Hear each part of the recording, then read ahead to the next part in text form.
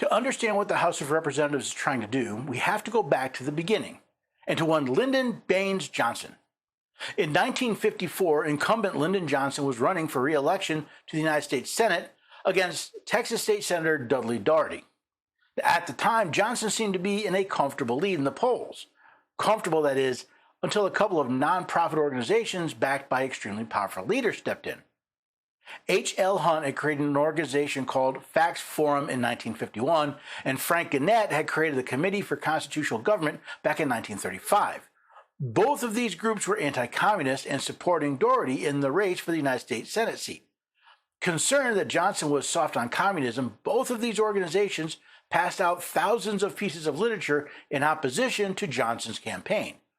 When these actions started seriously hurting Johnson's campaign, he sought ways to silence them. Try as he might, Johnson could not find a law that these organizations were breaking.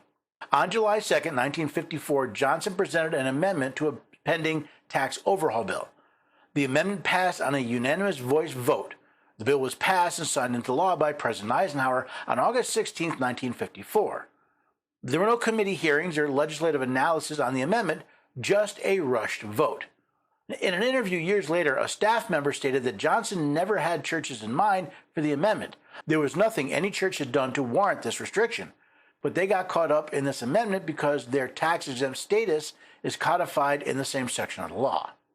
Now, according to Johnson's staffer, this amendment had nothing to do with separation of church and state. However, it has been used for decades as a threat to keep churches and ministers from engaging in public debates about so-called political issues.